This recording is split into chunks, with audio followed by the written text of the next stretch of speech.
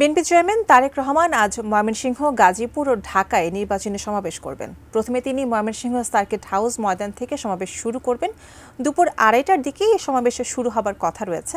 সেখানে এই মুহূর্তে আছেন আমাদের সহকর্মী আমিনুল ইসলাম, যুক্ত হচ্ছি তার সাথে। আমিনুল, দুপুর এই 2টা-2:30টার দিক থেকেই সভা শুরু হওয়ার কথা। আপনি তো সকাল থেকে সেখানে আছেন, তো সর্বশেষ কি অবস্থা দেখতে পাচ্ছেন? নেতাকর্মীদের ভিড়, পরিবেশ, সর্বশেষ খবর জানান।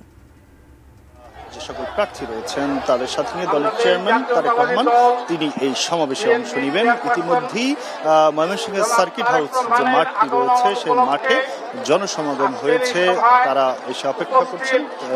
বিএনপির চেয়ারম্যান তারেক রহমান তিনি কিছুক্ষণের মধ্যেই এই মঞ্চে আসবেন। তবে ইতিমধ্যে আনুষ্ঠানিকভাবে সমাবেশ শুরু হয়েছে, দোয়ার মধ্য দিয়ে সমাবেশ শুরু হয় এবং টাউন হল মাঠে ইতিমধ্যে আমরা দেখেছি অনেকাংশেই ভরে গিয়েছে, বিশাল মাঠ। এবং এই মাঠে এর মধ্যেও আরো আশেপাশে বিশেষ করে সড়কে দলের চেয়ারম্যান তাকে বরণ করে অনেকে নিয়ে আসবেন, তাকে সেই অপেক্ষায় রয়েছেন। কিছুক্ষণের মধ্যেই তার এখানে আসার কথা রয়েছে। তিনি ইতিমধ্যেই ময়মনসিংহ এরিয়াতে প্রবেশ করেছেন, তিনি এই মঞ্চের দিকে উদ্দেশ্যে আসছেন।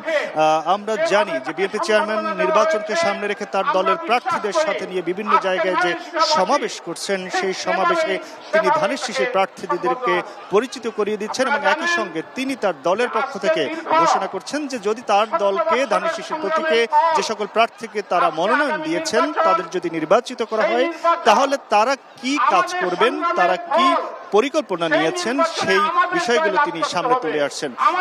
25শে ডিসেম্বর বাংলাদেশের মাটিতে নেমেই বিএনপির তখনকার ভারপ্রাপ্ত চেয়ারম্যান, যিনি বর্তমানে বিএনপির চেয়ারম্যান হিসেবে দায়িত্ব পালন করছেন, বিএনপির মূল কাণ্ডারি, তিনি ঘোষণা করেছিলেন আই হ্যাভ এ প্ল্যান, তারপর বলেছিলেন উই হ্যাভ এ প্ল্যান।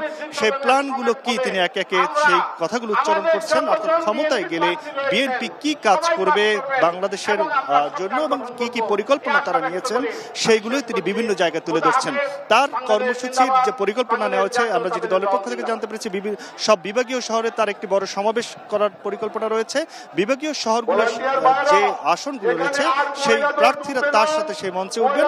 এছাড়া তিনি সেখান থেকে সমাবেশ শেষ করে যখন ফেরেন সেখানে তিনি বিভিন্ন পথ সভায় যোগ দেন, সেখানেও তিনি সেই প্রার্থী এবং জনগণের কাছে ভোট চান।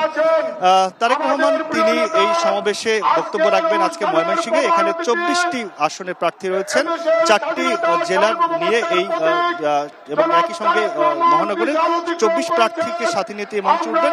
তিনি এখান থেকে ফেরার সময় গাজীপুরে একটি সমাবেশে অংশ নেবেন, তারপরে ঢাকার উত্তরাতেও তিনি একটি সমাবেশের রাতে অংশ নেবেন। তারপরে তিনি আজকের কর্মসূচি এখানেই কিছুক্ষণের মধ্যেই তিনি এই মঞ্চে আসবেন আর আনুষ্ঠানিকভাবে সমাবেশ শুরু হয়েছে ইতিমধ্যেই। তো এই ছিল ময়মনসিংহে বিএনপির যে আজকে নির্বাচনকে সামনে রেখে তারা যে সমাবেশ করছেন তার খবর।